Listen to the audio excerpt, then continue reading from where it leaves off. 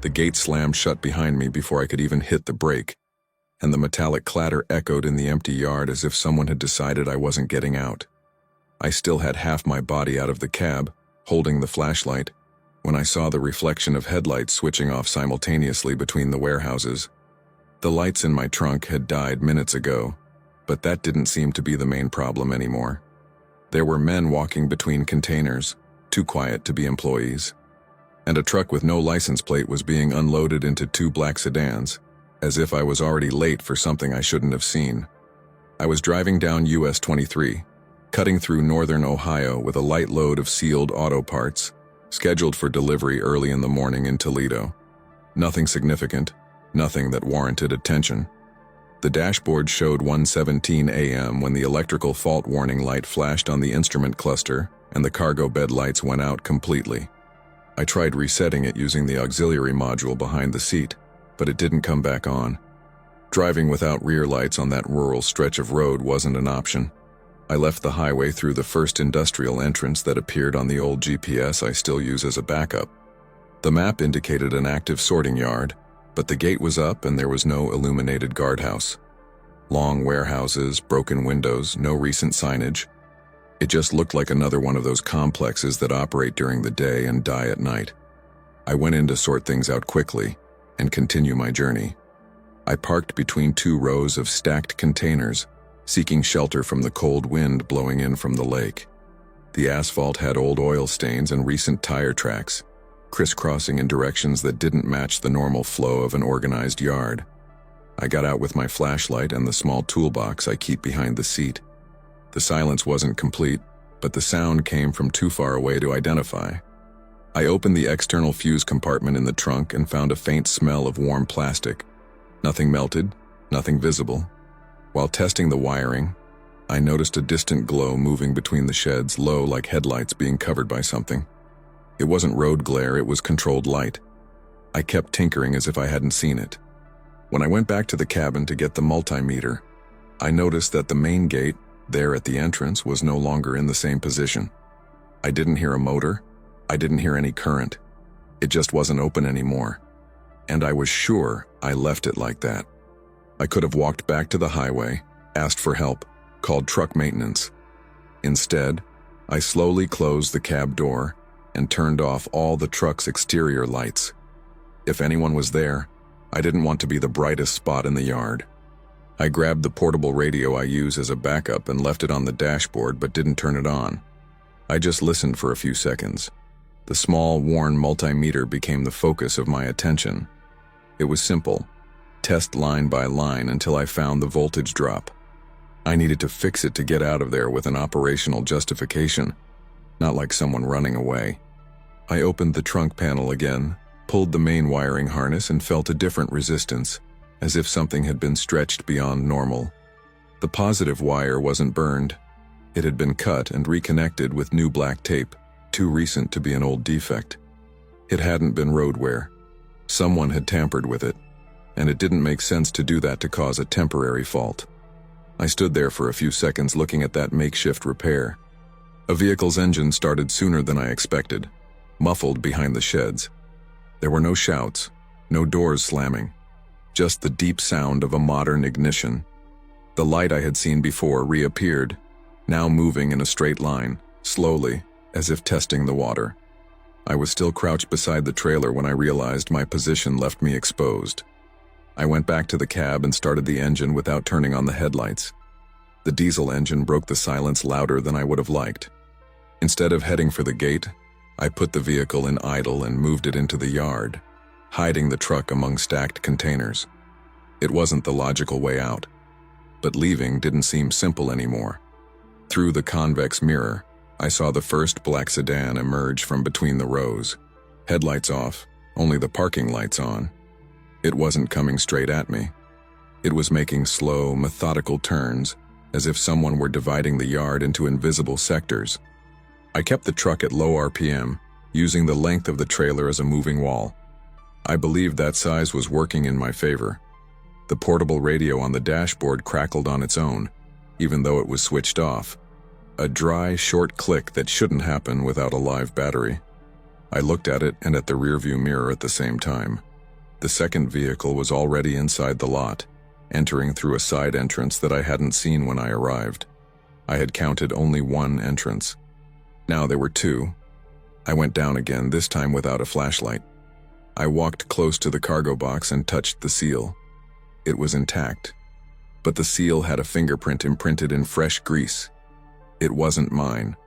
I ran my hand along the side of the trailer and felt a slight unevenness in the aluminum near the taillights. They hadn't just messed with the wire. They had opened and closed something there.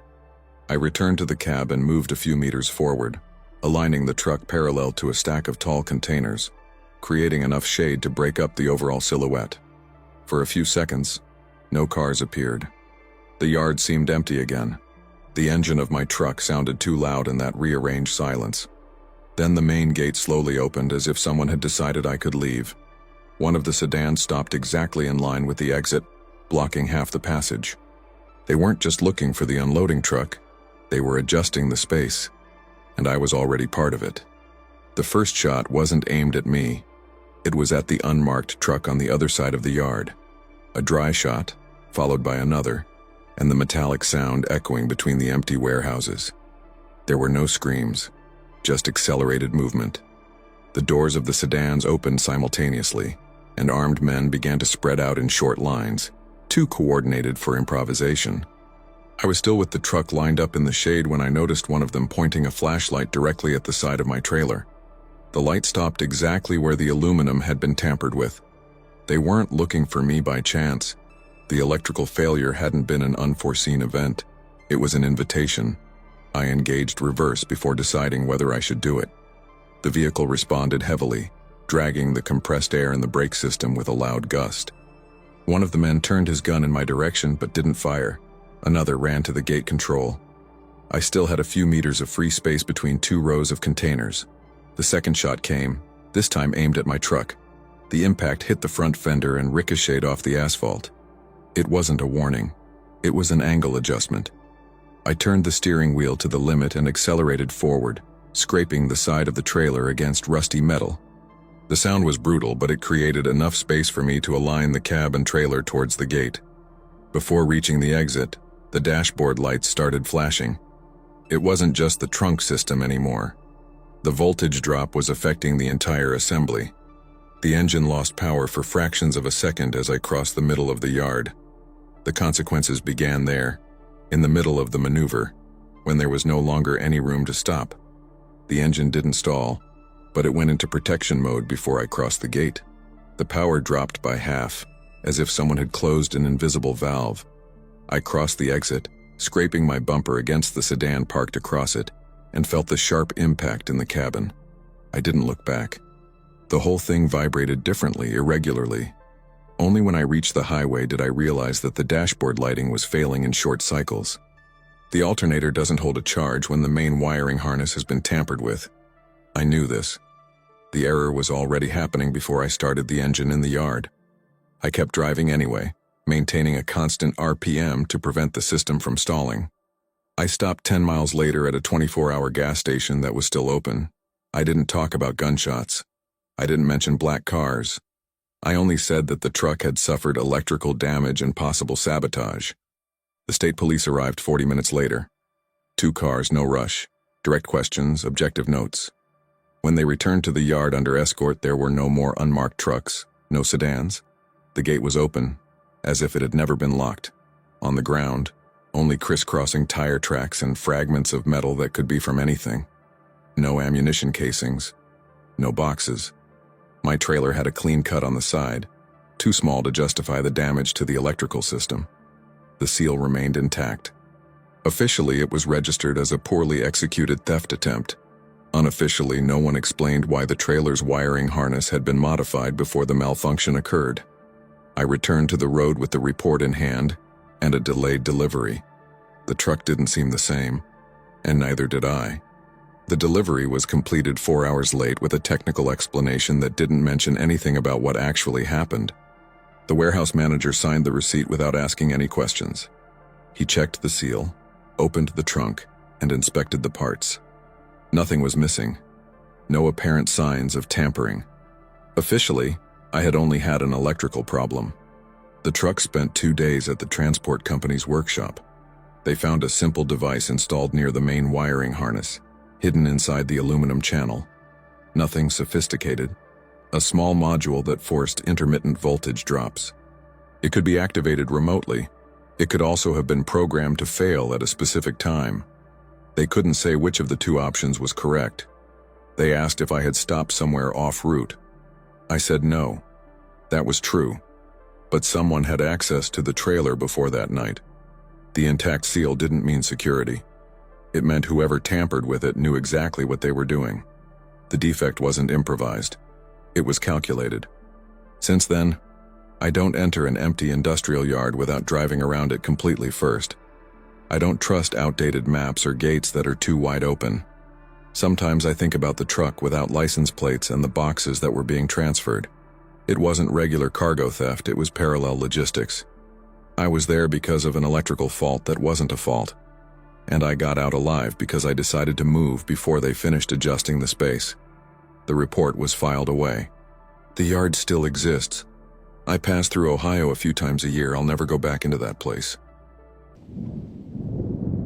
Before we move on to the next story, a quick pause. Your like and subscribe. They are what keep this truck running and help me always bring the best reports for you. It costs nothing, but for the channel, it means the world. Take advantage and leave a comment with your location and time now. I read your messages, and knowing who's following me helps break the silence in this booth. Shall we move on to the next one? The truck was still moving when I noticed the brake pedal was slightly lower than normal.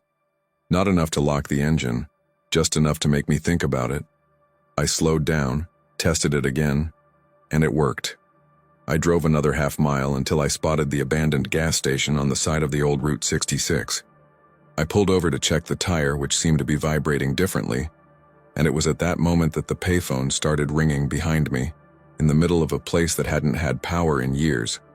My name didn't matter to whoever was on the other end of the line, but for the record, my name is Raymond Cole, and I've been driving across the Southwest for 17 years. That night I was hauling dry cargo of industrial tools to a distribution center near Flagstaff. Nothing unusual, nothing out of the ordinary.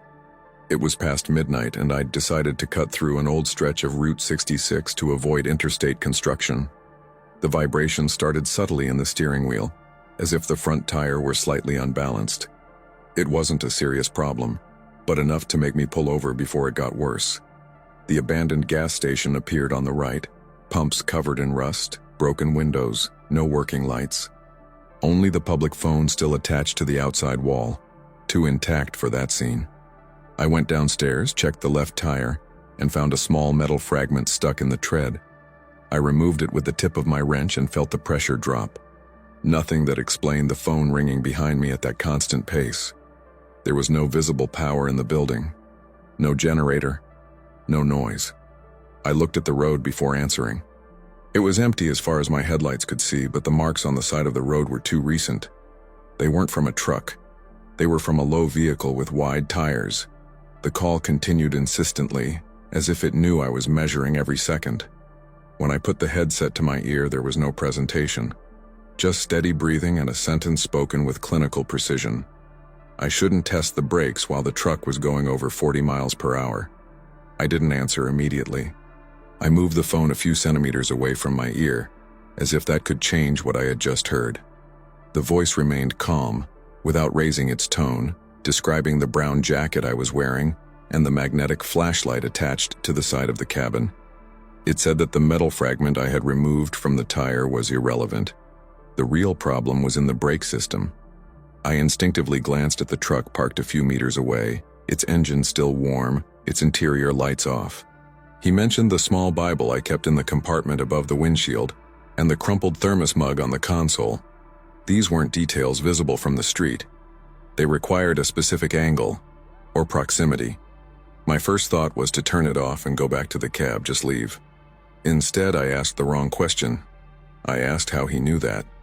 There was a brief silence, too short to be hesitation. He replied that I had left the truck in a bad spot to test the brakes. It was at that moment that I realized the pedal had given way slightly before I stopped. Subtle, almost imperceptible. I had attributed it to tire vibration. He said there was a device attached to the auxiliary line of the pneumatic system, installed sometime earlier in the trip. He said that if I accelerated without instruction, the brake could lock up irregularly. I looked again at the empty road and felt something aligning itself behind me. A low distant headlight stopped beyond the direct range of my beam. He then gave the condition. I should return to the cab, keep the phone to my ear, and follow the route he indicated. Otherwise, the truck would stop responding when I needed it most. I walked back to the cabin without running, keeping the headset pressed against my ear and trying not to look directly at the road. The voice began to guide me with short instructions, as if I were reading a technical manual. It told me to start the engine and test the pedal twice, but without engaging a gear. The brake responded firmly. Too normal. He said the device didn't activate when stationary. It worked under load, while in motion, when the system pressure reached a certain level. He explained this with mechanical fluency, as if he knew the specific model of my truck. I didn't confirm the type of truck. He already knew. Before I decided to hang up, the voice described something that didn't make sense. It said I had an old sticker on the rear window of the cab, almost faded. That was true, but it was only visible from behind. I hadn't seen any vehicles pass. When I looked in the main rearview mirror, the distant headlight was no longer where I had noticed it before. I engaged first gear and slowly moved out of the gas station. The road seemed empty again. The voice told me not to exceed 50 miles and to maintain a constant distance from the vehicle behind me. I said there was no one behind me. He replied that I should look more closely. That's when a dark sedan appeared in the convex mirror, at a distance too precise to be a coincidence. Neither near nor far. Just there, maintaining the same pace as me. The voice then asked me to follow a side dirt exit that I hadn't yet reached. It said that was part of the protocol. I could have gone straight and gotten back onto the illuminated interstate. Instead, I turned onto the narrow, uneven dirt road he indicated with no official markings. The moment the whole thing veered to the right, I felt the pedal stiffen differently, as if the pressure had been forcibly recalibrated. It didn't lock up. It just shifted. The voice instructed me to maintain a constant speed and not try to brake abruptly. It said the sedan behind me was keeping a safe distance. I looked in the rearview mirror and it was still there. Low beams, no sign of overtaking. It didn't seem aggressive, it seemed technical. I asked him what he wanted. He replied that it wasn't about money or cargo. It was about obedience. He said the device could be neutralized, but only if I followed the entire route to a specific point where I would receive further instructions. As he spoke, he described part of my license plate number and the company stamped on the side of the trunk. The road began to descend slightly, a long left turn, loose terrain. It was there that I realized the brakes weren't just under threat, they were already responding unevenly. The pressure on the pedal varied according to the engine speed, something that doesn't happen without real interference in the pneumatic system. Before I could decide to end the call, the sedan accelerated and closed the distance in absolute silence. There was no honking, no high beams, just precise approach. The consequence ceased to be a possibility at that moment. I wasn't being driven somewhere. I was already on the route they had chosen.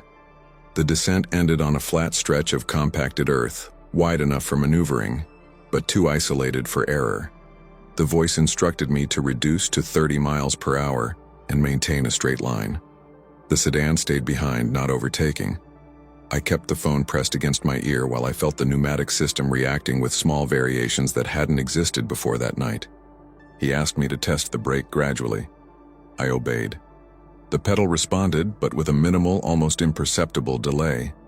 It wasn't a complete failure. It was controlled manipulation.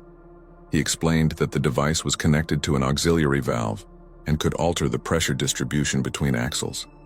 I know enough about mechanics to know that this isn't just theory. When I asked where it had been installed, he said it didn't matter. He said the only relevant thing was that I had passed 2 rest stops in the last 48 hours, where the truck was out of my sight for a few minutes. He described one of them precisely. I remembered the place. The voice then changed tone, not in volume, but in intent. It said the final test required me to accelerate to 50 and apply moderate braking at his signal. That wasn't a safety instruction. It was a demonstration of control.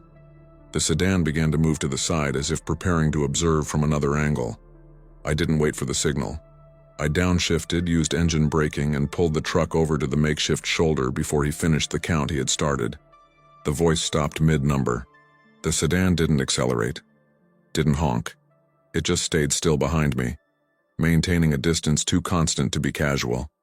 I hung up the phone without announcing it. I let the receiver fall onto the seat while keeping the engine idling high, using only engine braking to control any movement. I didn't touch the pedal again. The sedan continued behind for a few seconds, its low beams fixed on the rear of my trailer. Then, as if he'd lost interest, he turned around on the dirt road and went back the way we'd come. He didn't accelerate. He didn't kick up any dust. He just disappeared into the flat darkness of the Arizona desert. I stood there for another full minute before moving the truck. I used the emergency system to manually reduce pressure and drove slowly until I reached the main highway. There was no engine lockup. There was no total failure. Just that constant feeling that something in the system wasn't completely under my control. At the workshop, 2 days later, they found a makeshift modification near the rear axle control valve. Nothing too sophisticated, but enough to interfere with the response under load. They said it could have been installed during any short stop, without the need for complex tools. The stretch of the old Route 66 is still there. The public phone is still attached to the wall of the abandoned gas station. I passed by there months later during the day. It didn't ring. Gate 4 had never used an emergency code in the 10 years I'd been operating at the Port of Savannah, but on that rainy morning, the digital panel wouldn't accept the normal protocol. The screen only flashed a numerical sequence different from the one I had on the manifest. The security guard at the gatehouse didn't come out to check, nor did he raise his hand as usual. He just stayed inside, too motionless for a regular shift. When I typed in the alternative code that was printed at the bottom of the document, the gate opened without registering my license plate in the system. And that's when I knew it wasn't just an administrative delay. My name is Miller. 10 years handling containers in Savannah have taught me that the port never sleeps, but it's never silent either. That morning, the light rain mingled with the salty mist coming from the river, casting a diffuse halo under the floodlights. Even so, the yard was too quiet. No forklifts crossing lanes, no operator radios shouting bay codes. The manifest was signed by a supervisor I know personally. Correct handwriting, official stamp, consistent time. Nothing screamed forgery. Only the footnote caught my attention. Emergency release protocol. I had never seen that in a decade of port routine. An emergency to release a regular export container is not standard procedure. When I parked under the designated crane, the operator was already in position, but there was no visual contact. Normally, there's at least verbal communication and gestures. The container descended far too quickly for those low visibility conditions. No delay, no additional checks. As if the goal was speed, not precision. I got out to check the seal before attaching it. It wasn't metallic, as required by customs standards. It was a black polymer, with no visible numbering, just a small opaque raised area. I ran my finger over it and felt a surface that was too smooth for official inspection. It wouldn't pass a formal inspection. Still, it was there, approved by the system. As I left the inner courtyard, I noticed something I'd never noticed in that port before. There was no sound of containers being moved in any other bay, no truck horns blaring in line. Just the sound of the fine rain hitting the cabin roof and the emergency code still glowing in my memory. I could have stopped right there and requested a re-verification of the seal through the company's internal channel. The procedure would have allowed this without penalty. Instead, I stored the manifest in the side holder of the cabin and headed for the outer exit of the port. I told myself that the system had already validated everything. If there was anything irregular, it wasn't within my power to resolve at that moment. What started to bother me wasn't the container itself, but the black polymer seal. It didn't make a metallic noise when it touched the door. It didn't reflect light as it should. It was too discreet. In the rearview mirror, the fine rain running down the back of the truck bed gave the impression that the seal was just a shadow, not an official device. As soon as I reached the interstate, I felt a different vibration in the vehicle. It didn't come from the engine or the front axle. It was an irregular oscillation, as if the weight were slightly misaligned. A fully loaded container always has a defined weight distribution. This seemed to respond to the curve with minimal, but noticeable delay. I looked at the gross weight indicated on the truck's interior panel. It was within the expected range according to the manifest. Still, the physical sensation didn't match the number. I reduced speed and took a wide turn to test the reaction. The internal displacement seemed to compensate too late. It wasn't loose, but it wasn't fixed either. I decided to stop at the first mandatory scale on the route to confirm the external reading. It was a simple, routine choice. The illuminated panel in the weighing booth was off, but the platform indicated that it was active. When I aligned the assembly over the sensors, the digital display began to oscillate even before stabilizing. And that's not normal behavior for a calibrated system. The display showed 30 tons, dropped to 28, then rose to 32 as if correcting an invisible error. I remained still, waiting for automatic stabilization. The scale cabin remained dark, no internal movement, no operator lights. A light rain pattered against the windshield, and the number flashed at irregular intervals. Then the display froze. It didn't show the final weight. It didn't release the weight axis by axis. It simply replaced the digits with a single message: "Do not stop." There was no official logo, no Georgia State graphic standard. It was plain text in a simple font. The scale shouldn't be emitting messages outside of protocol. Before I decided to leave the platform, 3 white SUVs appeared on the opposite access road. They weren't going fast. They weren't honking. They simply entered the lane with a synchronization that didn't seem accidental. One took up a position ahead, another lined up behind, and the third occupied the blind spot on the left. The first utility vehicle gradually slowed down, forcing my truck to keep pace. The one behind maintained a distance that was too precise for an ordinary driver. No logos, no government markings, just uniform white paint and tinted windows. The rain made the truck bed reflect light too cleanly. I tried the CB radio to check for traffic. The frequency responded with a constant rhythmic clicking sound, like a mechanical metronome marking time. The GPS on the dashboard started recalculating the route repeatedly, as if I were spinning in circles while standing still. The next indicated exit was an industrial road under construction, and the utility vehicle in front activated its turn signal right there. The exit had no permanent signage. It was a temporary access road to an industrial zone still under construction, with uneven asphalt and reflective cones displaced by the rain. The utility vehicle in front entered first and reduced its speed even further, practically guiding me. The one behind blocked any chance of returning to the interstate highway. I could have braked completely and forced the wheel lock right there. Instead, I downshifted and kept the torque high, letting the engine work hard at low RPMs. The utility vehicle in the blind spot approached closer than would have been safe. I no longer had enough lateral space for a clean maneuver.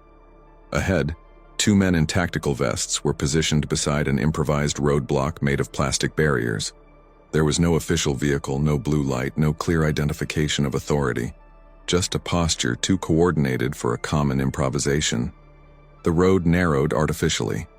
It was there that I made the decision that eliminated any chance of a calm return. Instead of downshifting to a stop, I straightened the truck, locked the steering firmly, and pressed the accelerator while the vehicle was still in low gear. The torque responded immediately, pushing the utility vehicle in front before it could react. The impact was dry, metal against metal, followed by a short drag. The engine roared loudly, the front tires struggling for traction on the wet surface. The plastic barriers spread under the weight of the assembly. There was no backfiring, no audible scream, just the raw sound of the structure being forced beyond what they expected. I didn't stop until I saw official lighting ahead. The sign indicated National Guard area, perimeter surrounded, cameras visible, and an active guard post. The utility vehicles didn't follow me to the entrance. They disappeared before the final turn, as if the invisible line of the territory had been enough to end the operation. The soldiers approached me with standard procedure. Hands visible, engine off, get out slowly. I explained the makeshift roadblock, the white vehicles, the irregular scale. I didn't mention theory, only operational facts. The manifest was verified right there. under a light rain and the white light of a floodlight. The following morning, port authorities and customs officials watched as the container was opened. The polymer seal was removed without resistance. No numerical registration, no traceable code. When the doors opened, there was no cargo whatsoever. No industrial tools, no pallets, no packaging. The interior was too clean for ordinary transport. Only internal marks on the metal frame indicated that something heavy had been previously attached there. No chaotic scratches. Anchor points removed with precision, as if equipment had been installed and removed before inspection. The truck's weight on the military base's scale matched that of an empty container. No fluctuation, no anomalies. Officially, it was registered as possible document fraud and manipulation of the release system. Unofficially, no one explained how a container left the port with an emergency code and an unnumbered seal without triggering an automatic alert. The supervisor whose signature was on the manifest swore he never released that container. The internal system showed his name linked to the emergency code, but the login time indicated he was already off duty. The administrative investigation was opened that same week. I got back on the road before it ended. My truck was out of service for 2 days for inspection. No devices were found, no hidden compartments. Only inconsistent electronic records and a route that officially should never have existed. The emergency code was removed from the system the day after the incident. The port returned to normal the following week. Forklifts crossing lanes, horns blaring, operators discussing delayed cargo. Everything as usual. If I hadn't been through that, I would have said it was just another rainy night in Georgia. I still think about the message on the scale. Not because of the text itself, but because of the choice of wording. It didn't say go or clear. It simply said not to stop. And that's not an administrative instruction. It's a guideline. I still drive around Savannah a few times a year. Gate 4 accepts my normal code again. But I never again leave a parking lot where silence comes before the noise. We've reached the end of another video. I hope these stories have fulfilled their purpose of bringing you an intense experience today. If you value this type of content and want to support the channel's growth, please subscribe and leave a like. Before leaving, this is crucial so that I can continue producing videos like this one. Don't forget to leave your comment. Where are you watching from and what time is it now? I follow your responses to better understand the reach of our work. Thank you so much for watching. Stay tuned and we'll see you in the next video.